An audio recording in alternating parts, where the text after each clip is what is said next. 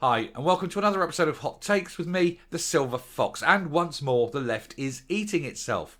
This time, Kier Starmer is stuck in a dichotomy. On one hand, he wants to appear right on, radical and, progressive, brother. And on the other hand, he doesn't want to upset real women. And the cause of this problem is, of course, Eddie Izzard. Eddie Izzard wants to stand in Sheffield, but Labour want it to be an all-female list. So, who's going to win? The women or the man? After all, if Labour select Eddie Izzard, they're effectively saying that the best woman for the job is a man.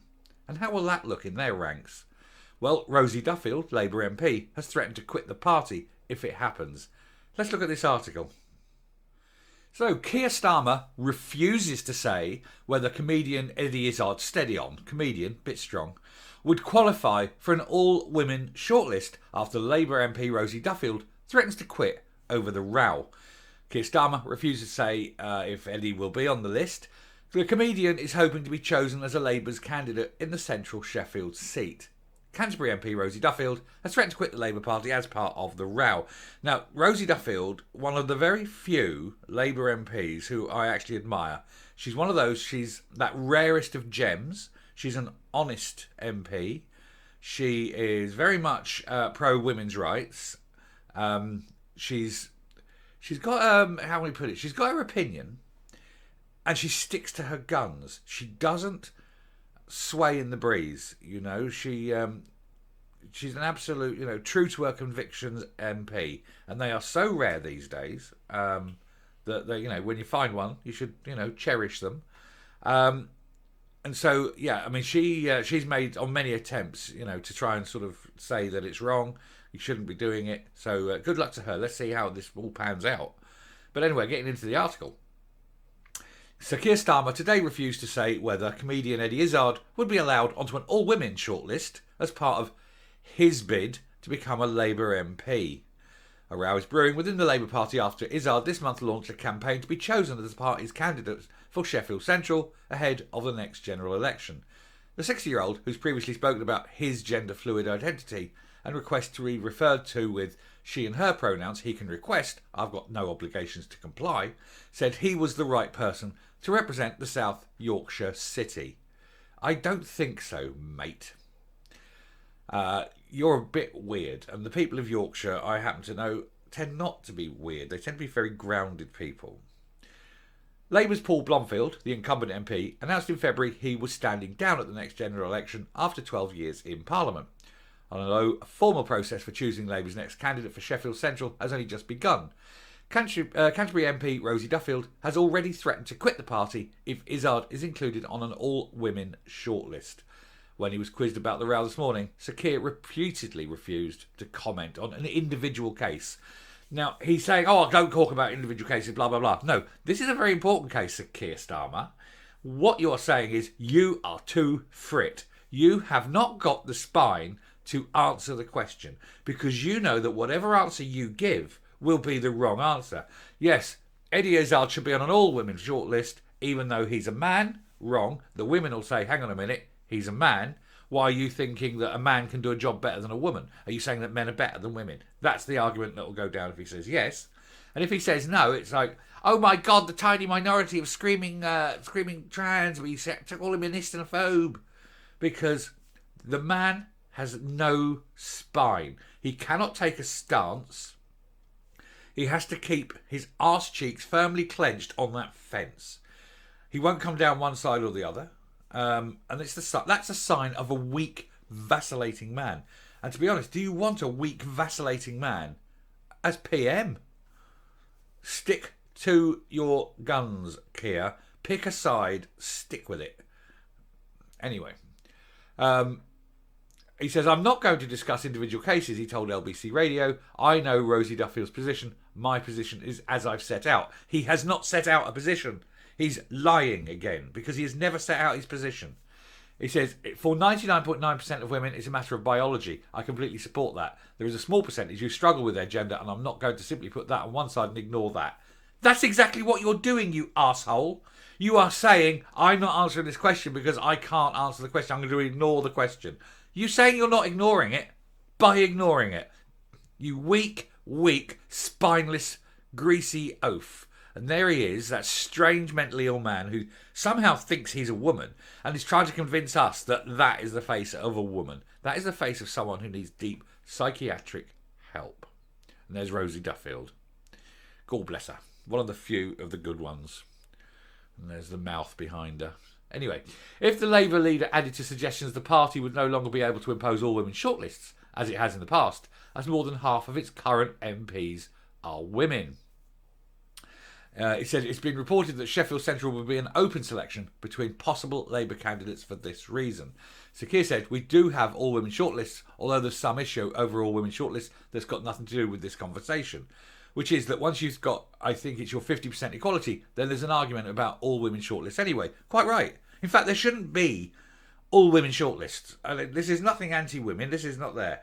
What you should have for any job, for, parliamentarian or whatever the role is, you don't have an all-women shortlist. You don't have an all-men shortlist. You don't have no white people need apply shortlists. You have, well, everyone who wants to do the job, please come forward, and we will select based on ability and experience. If I'm going into hospital for an operation, don't care the sex, colour, religion, anything of the man who's about to open up my chest and fix my heart. All I want to know is he's good at his job or her job. Don't care. There is a worry generally because I think it might mean we need to make sure that we keep promoting women coming through as candidates. Well, that's up to the women. If you've got a job where, there's not many women applied, of course there's not going to be many women working there. So if he's saying, we don't have many women doing this, why? Is it that the women aren't applying? You can't just sort of create artificial lists just simply because you think the optics are good. Maybe the women don't want to do it. Maybe the men don't want to do it. Last month, Miss Duffield used a fringe event at Labour's conference in Liverpool to threaten to quit the party if Izzard was allowed onto an all-women shortlist. I will not be a hypocrite, she said. I will not lie, and I won't say that a man is a woman. Eddie Izzard is not a woman, and I am absolutely not the only Labour woman MP who will leave the party if Izzard gets onto an all-women shortlist.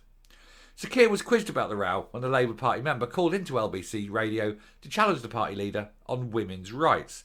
He said, let me set this out as a matter of principle, starting with perhaps the obvious. For 99.9% of women, everything is a matter of biology, and I'm very, very supportive of that. No, for 100% of women, it's biology. For about 0.01%, there's also a mental issue, but that's a different thing.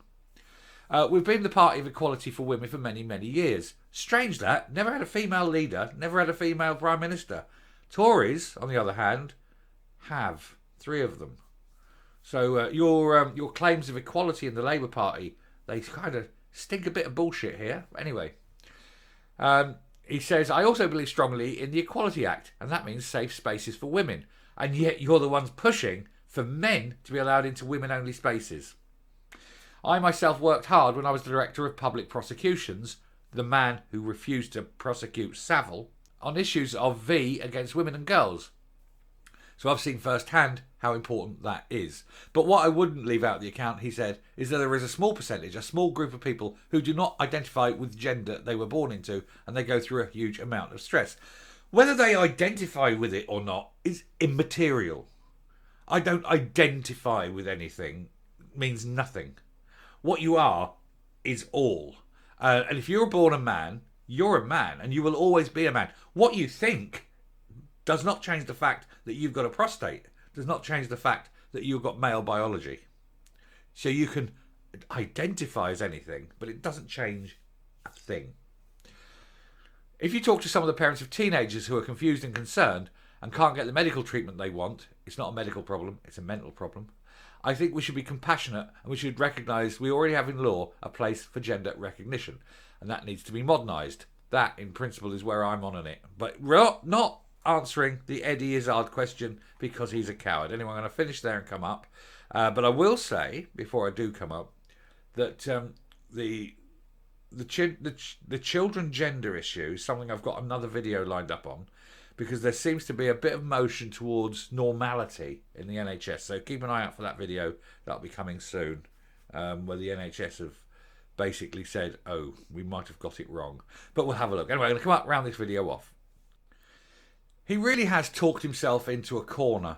He cannot say what he believes in. He dare not say what he believes in.